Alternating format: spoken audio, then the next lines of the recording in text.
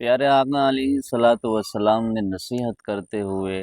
اپنی زبان مبارک سے کہا تھا صحابہ اکرام کو، یہ فرمایا تھا کہ لا تشرک باللہ او قتلت او حرق۔ حدیث مبارکہ کے الفاظ ہے کہ کبھی بھی خالق کائنات کے ساتھ کسی کو شریک مت کرنا ہے، اگرچہ تو قتل کر دیا جائے یا جلا دیا جائے۔ اس لیے ایک ایمان والا جب وہ دنیا میں آ کر کے یہ سمجھ لیتا ہے اور یہ قبول کر لیتا ہے کہ ایک ہی ذات ہے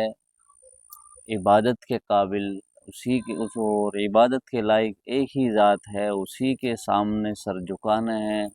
اور اسی کو ماننا ہے، اسی کے حکموں پر عمل کرنا ہے، اس کے بنائے ہوئے قانون کو ہی فالو کرنا ہے۔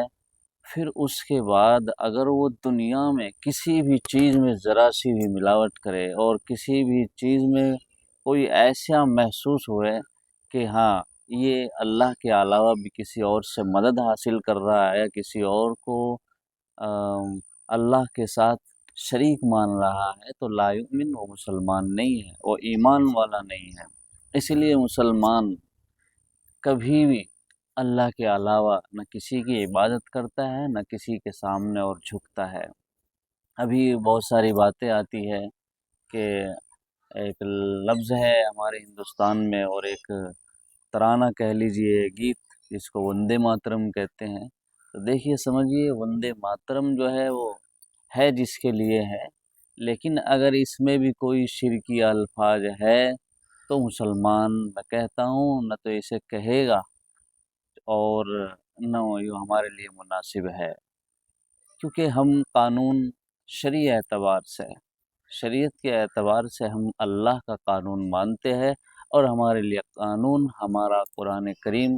اور اللہ کی کتاب ہے، جو ہمارے لیے بن کر کے یہاں سے نہیں بلکہ وہیں سے آیا ہے جہاں کو اس مسلمان کو جانا ہے اور جس کے لیے یہ کوشش کرتا ہے۔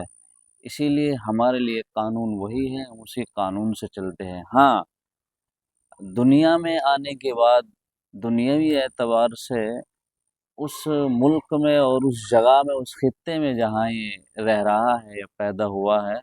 کچھ اصول و ضوابط ہوتے ہیں اس چیز کو ماننے کے لیے، وہ بنائے جاتے ہیں۔ تو ہم دیش ہت کے لیے، ہمارے دیش کے لیے جو بہتر ہے، ہم اس کو مانتے ہیں، اس سنویدھان کو مانتے ہیں، اور جو قانون بنایا گیا اس کو مانتے ہیں۔ لیکن اللہ کی ذات میں یا شریعت میں کوئی اس طرح کی باتیں اس کو ہم نہیں مانتے۔